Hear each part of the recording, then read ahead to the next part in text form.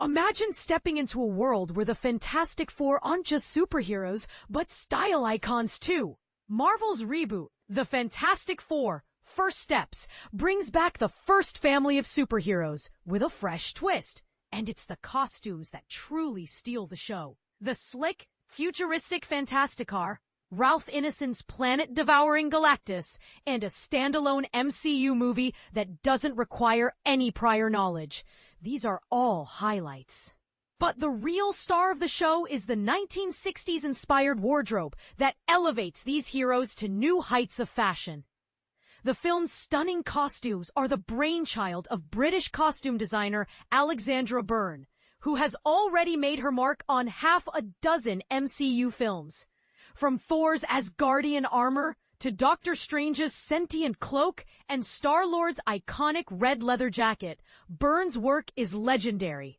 But with First Steps, she's taken a deep dive into retro-futuristic fashion, adding layers of historical depth to the characters' looks. Byrne's journey began with extensive research. She gathered references from vintage comic book art, clips from the British science show Tomorrow's World, and even footage from a NASA documentary produced by her daughter. "You're almost drunk with references at that point," Byrne laughs. And I kept pulling rank on the cruise slightly, as I'm old enough to have actually lived in the 60s. For Joseph Quinn's Johnny Storm, Byrne drew inspiration from 1960s greaser culture, complete with tight white tees and high-rise jeans. One of Johnny's standout pieces is a flame red Harrington jacket that instantly evokes the spirit of James Dean in Rebel Without a Cause. "You don't want to be too on the nose with those things," Byrne explains. But the film is set in such a strong visual world that you are able to pull in beats like that.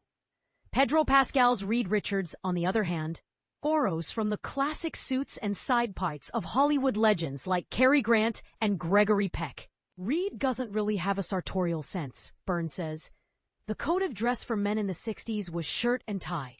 So the challenge there was, how do we make this buttoned-up character look informal?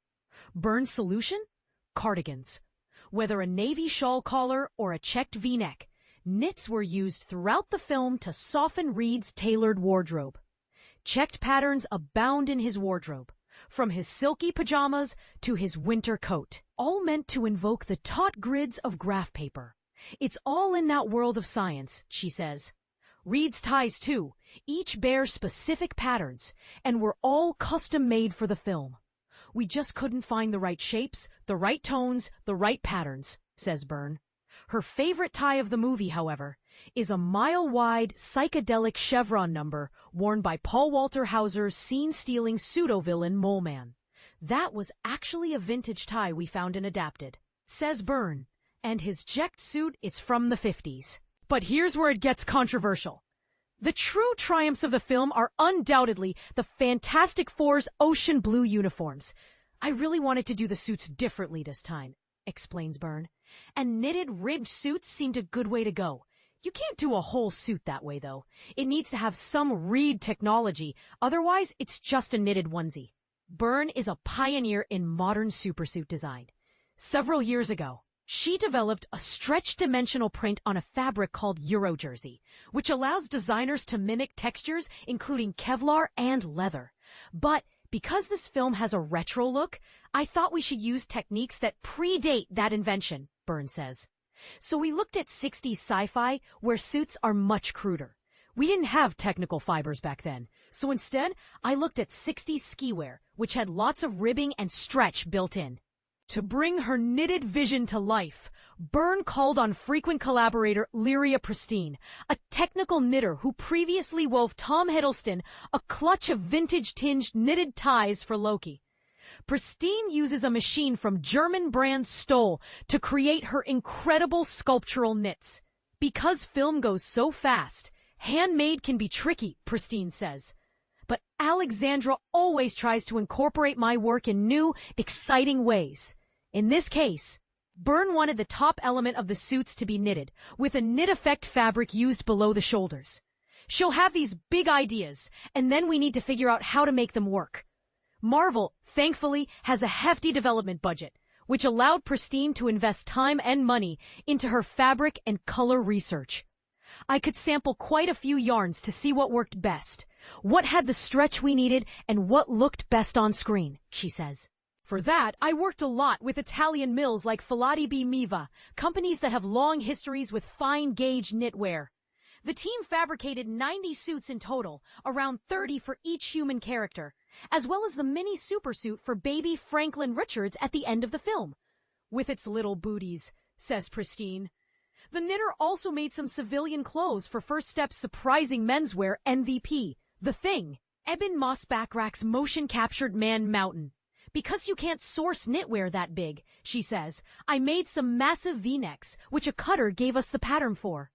Milliner Jen Lewis, meanwhile, received a gigantic 3D model of the Thing's head to craft his enormous brown felt trilby and Brooklyn Dodgers baseball cap.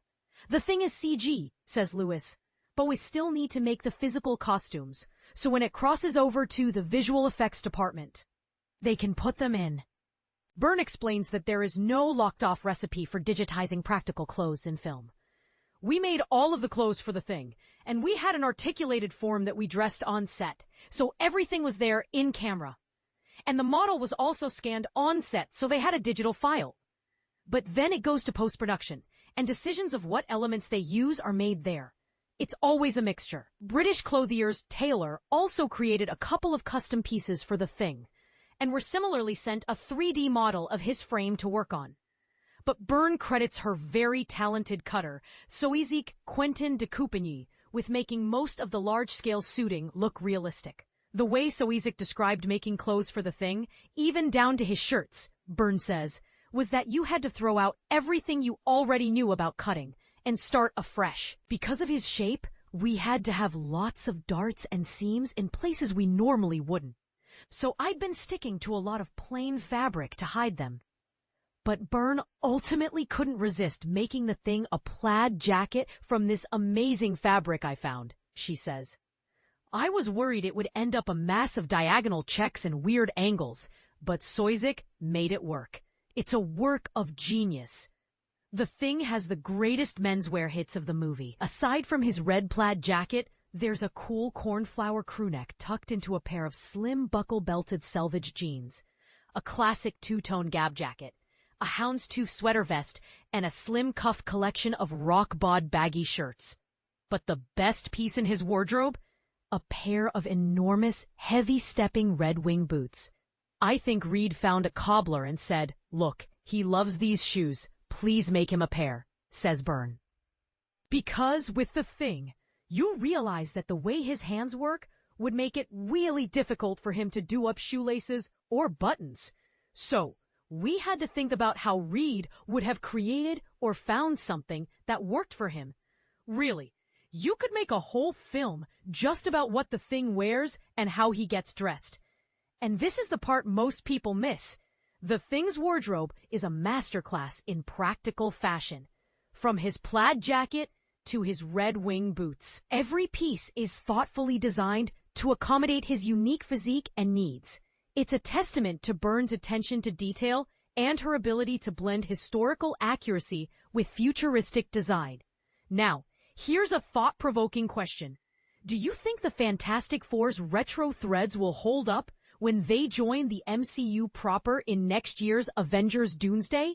Will they maintain their stylish edge? Or will they be overshadowed by the more modern aesthetics of the MCU? We hope that with the Fantastic Four set to join the MCU proper in next year's Avengers Doomsday, they don't lose the righteous retro threads that made this first outing so stylish.